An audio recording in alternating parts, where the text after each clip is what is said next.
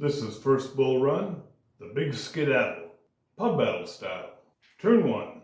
The morning opens up with Federal artillery shelling the Confederate positions across the bull run. The Confederate troops are driven off the hill. Now in this scenario, Johnston's Army of the Shenandoah cannot move until the Federal troops cross the Bull Run. McDowell has Tyler's 1st Division and McDowell's 2nd Division holding. They're just going to shell the Confederate positions until the Union flanking march begins to attack from the west. The flanking forces don't arrive till mid-morning, and that's turn 2. Turn 2. Beauregard sends Ewell's division up to the hilltop. Evans' men turn to face the enemy. Beauregard knows he needs to hold here. He unpacks his bags. That rallies Evans. Now, if you're playing versus a human opponent, you would turn this facing down. So it's unpacked, but not obvious to your opponent where it is. Now, he would know that you flipped a bag, this down, and then rallied this. So, okay, that's the bags. But with it flipped down, how long is he going to be able to remember that? How long will it be amidst all the confusion before he just knows it's over there somewhere? All right, let's continue on. Next up, Heintzelman's 3rd Division. Heintzelman's 3rd Division is marching up the New Market Road, followed by Hunter's 2nd Division. And Tyler's artillery keeps shelling the Confederate position, this time without effect. Now technically, since the Federals have crossed the Bull Run by the rules, now Johnston can move. But I'm going to hold until the Confederates see the troops have crossed the Bull Run, which will be this turn, meaning turn 3. And now Heintzelman's column has moved forward, the lead elements are deploying in line, and the dust from this marching column can be seen. I add Johnston's Army of the Shenandoah to the column. Hunter's chit is drawn and his troops follow up the line, and McDowell's troops continue to hold position, waiting until they hear the sound of combat coming from their flanking troops. Artillery fires again. And this time, Ewell's men are sent tumbling back. Johnston's Army of the Shenandoah gets word and moves out to the west. As per his plan, Beauregard advances his rally troops forward and rallies Ewell's division. Having the bags unpack early is going critical to the line holding.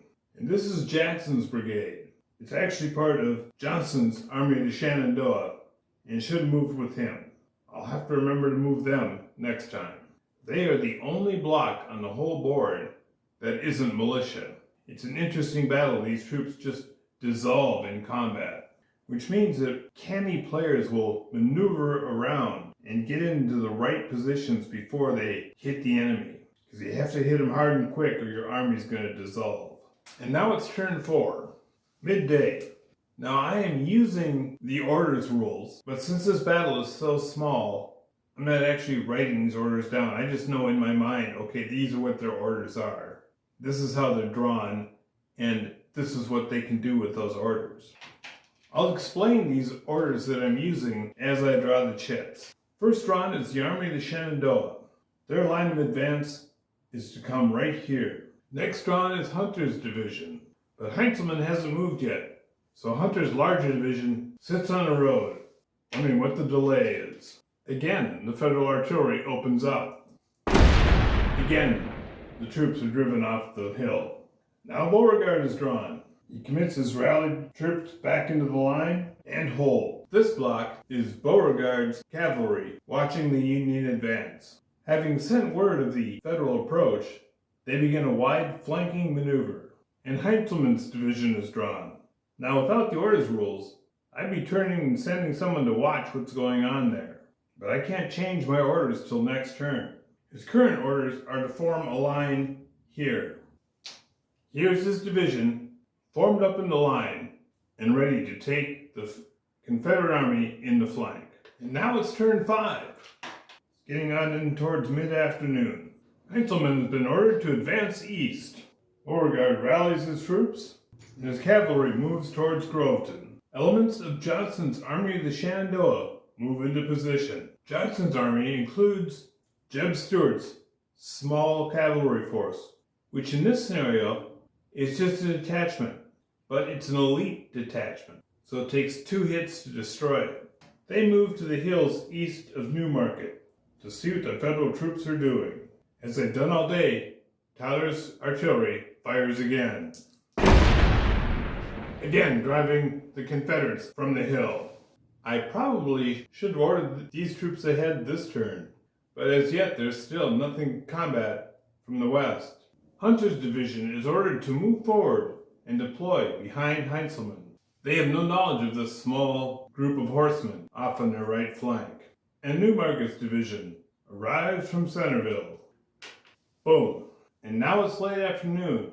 Thus far today there has not been any real combat, but orders have changed. Let's see how this turns out.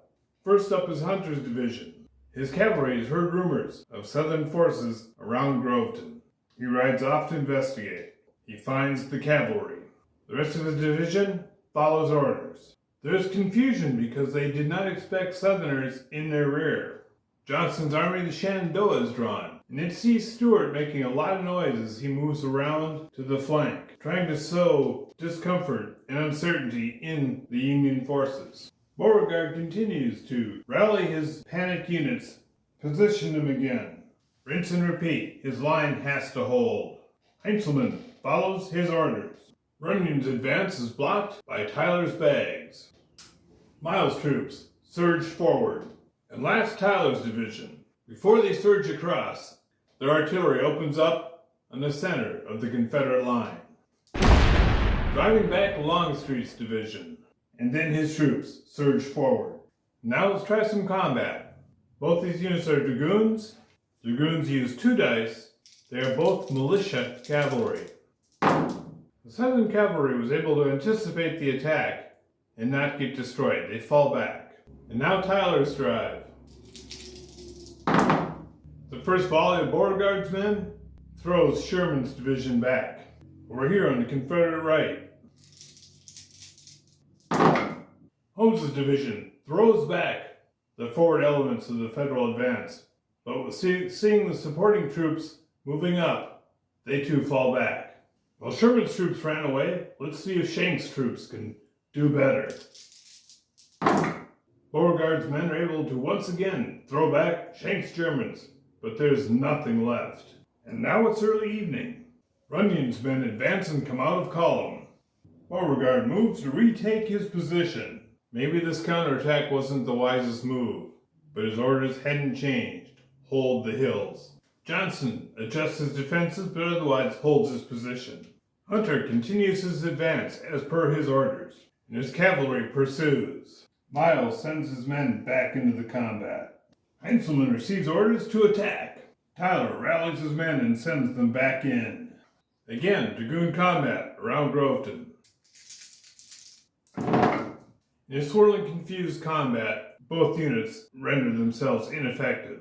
Johnston's army of the Shenandoah. Heintzelman's assault has been largely ineffective, but we'll see who gets to recapture the hill before nightfall. Can Beauregard's line hold? Wow, what a drubbing. Both armies have now lost 7 infantry blocks. The South breaks with 6, the North breaks with 7. Both armies have broken. They have identical losses. If I have to call a victor, I would say technically the North has won because both sides have lost an equal number of troops, but the North started with more troops. So proportionally, the South has suffered the greater loss. That was intense. This game is so much fun. I mean, the losses come so quick. If I were the Federal player, I wouldn't be jumping up and down because at most, it's a technical win. If you're betting money, North would get the kitty. But seriously, folks, this would be a draw. I suspect since the Beauregard and Johnston are invading the North, at this point, they would fall back, pull an early version of Lee and retreat in the night.